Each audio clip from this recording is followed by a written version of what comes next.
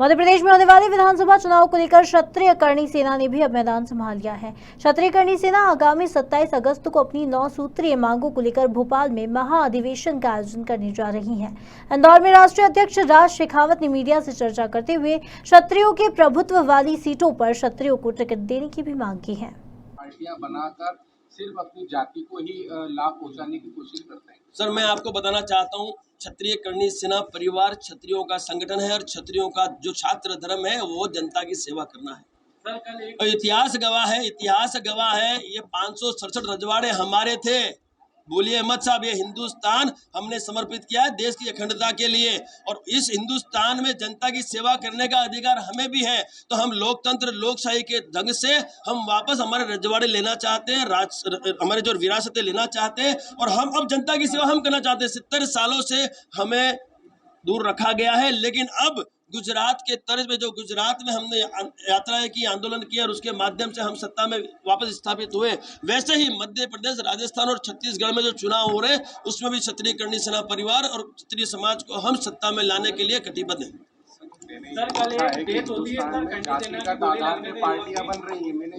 बिल्कुल सर, देखो ऐसा है सर, जातिगत आधार पे पार्टियां बनती आई है, बन रही है और आगे भी बनती रहेगी, क्योंकि हम सब जानते हैं कि ये लोकतंत्र में पूरा देश जो चलता है वो वोट पे चलता है, और जो वोट पे चलता है तो जातिगत कौन नहीं करता। आज एक चीज मुझे बताइए सर, टिकटों के जो भी वितरण होता है क्या जातिगत आधार पे नहीं होता है?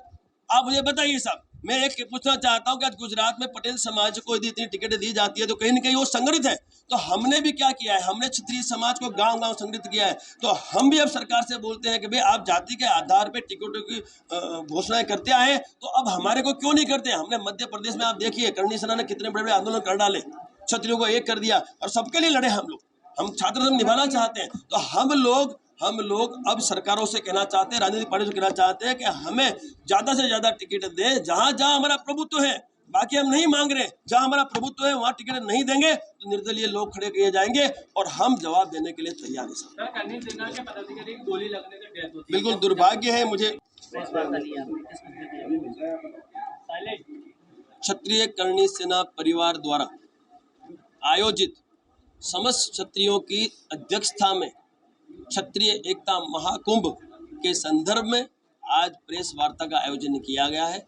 ये आयोजन भोपाल में 27 अगस्त 2023 के रोज होने जा रहा है, और जो मुख्य मांगे हैं वो मुख्य मांगे मैं प्रेस मीडिया को दे चुका हूँ, फिर भी मैं यहाँ आपको पढ़ के सुनाना चाहता हूँ।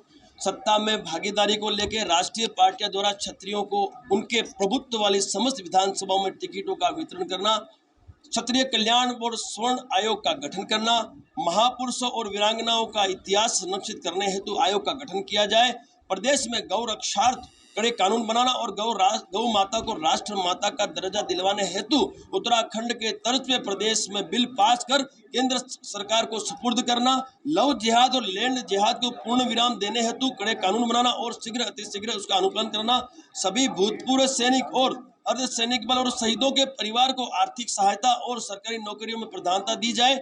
साथ ही एट्रोसिटी का विरोध नहीं किंतु एट्रोसिटी के दुरुपयोग को रोकने हेतु कड़े कानून का गठन करना और प्रोत्साहन राशि का भुगतान बंद करना और गिरफ्तारी जांच के पश्चात करना। आरक्षण का कोई विरोध नहीं किंतु आरक्षण की समीक्षा हो, क्रीमी लेयर का प्रावधान हो ताकि जरूरतमंद तक इसका लाभ पहुंच सके।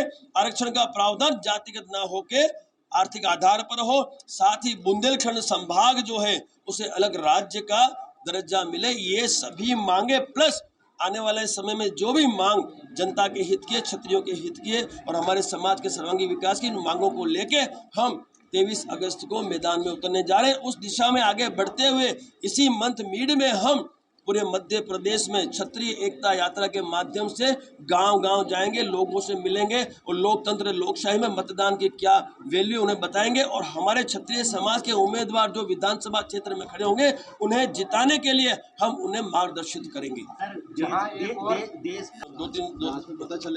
दो दिन पूर्व जो घटना हुई है उसमें करणी सेना के पदाधिकारियों की हत्या हुई है, एक जांच का विषय है। इसके अंदर हम सरकार श्री से यहाँ से खुली मांग करते हैं कि उस परिवार को अवश्य न्याय मिलना चाहिए, अन्यथा ऐसा न हो कि करणी सेना फिर मैदान में उतरे और कहीं न कहीं लॉ और जो कानून व्यवस्था की परिस्थिति उपस्थित हो। तो सैनिक के दादा जा भी रहे हैं। गोली मार के हत्या करने ये जांच का विषय है, हुकुम कुछ पता नहीं है, ये जांच का विषय है, हमें इसके बारे में कुछ पता नहीं है। हाँ, हमें इतना पता है कि हत्या हुई है, मृत्यु हुई है, हमारे पदाधिकारी की मृत्यु हुई है और उसे न्याय और अधिकार मिलना चाहिए, उसके परिवार को न्याय मिलना चाहिए, उसके लिए हम कटिबद्ध। वो हत्या की आत्महत्या वो जान में थे। आप जाने वाले क्या उस परिवार से मिलने? जाने वाले अभी जाएंगे साहब, बिल्कुल जाएंगे, जाना भी चाहिए। मैं तो हम ही क्यों, समस्त हिंदुस्तानी को जाना चाहिए। और साहब मैं तो एक चीज कहना चाहता हूँ, साहब देखो फौजी आपके सामने बैठा है, हिंदुस्तान की बात करता हूँ, 8 साल कश्मीर में बिताए, हजारों आतंकवादी मैंने खुद ने एनकाउंटर किए साहब, और मुझे गर्व है, खुशी है मुझे उस बात की। मैं साहब हिंदुस्तान की बात करता हूँ, हिंदू राष्ट्र की बात करता हूँ। और साहब हिंदू राष्ट्र का मतलब क्या? जब पाकिस्तान अपने आप को पाकिस्तान कह सकता है तो क्या हम हिंदुस्तान नहीं कह सकते? क्या जब विभाजन बना तब हिंदुस्तान पाकिस्तान नहीं बना था? आज संविधान की दुहाई देते हुए हमें रोका जाता है, क्यों रोका जाता है भाई? संविधान की दुहाई देकर हमें क्यों रोका जाता है? हम हिंदुस्तान कहेंगे। और मैं एक ही चीज कहता हूं, जब पाकिस्तान में हिंदू मुस्लिम सिख ईसाई रह सकते हैं तो क्या हिंदुस्तान में हिंदू मुस्लिम सिख ईसाई नहीं रह सकते? तो उसी हिसाब से हम लोग सनातनी हैं, सनातनी की बात करते हैं, लेकिन छात्र धर्म हमारा है, जनता की सेवा करना, रक्षा करना, उसके लिए हम सत्ता में आना चाहते हैं। करणी सेना अब तक उसके पीड़ित भी नहीं है, तो क्या करणी सेना सपोर्ट करेगी उनका? ऐसा है, ये जो सवाल है आपका, ये कहीं ना कहीं एक राजनीतिक सवाल है। और राजनीतिक सवाल में करणी सेना परिवार न पहले कभी आई थी, न आज आएगी। रहा उनकी यदि जायज़ मांगे हैं, उनका अधिकार है, और यदि जायज़ मांग है तो उनका अधिकार केंद्र सरकार अवश्य देगी, या सरकार या जो आपकी जो सुप्रीम कोर्ट है जिन्होंने आदेश पारित किया है उस पर आगे की कार्रवाई वो हमेशा करेगी। बेटे के साथ है क्या आपसे? बिल्कुल देश की बेटियों के साथ थे, हैं और रहेंगे। किंतु ये जो मांग है, इस मांग की ये जांच का विषय है, और जांच के विषय के आधार पे यदि ब्रिजभूषण शरण सिंह यदि दोषी है तो उन्हें सजा हमारी जो अदालत है वो देगी। उसमें आपके और हमारे इन्वॉल्वमेंट से कोई फर्क पड़ता नहीं है। जहाँ एक और हिंदुस्तान को आप इंदौर से नीरज बुरासी की रिपोर्ट।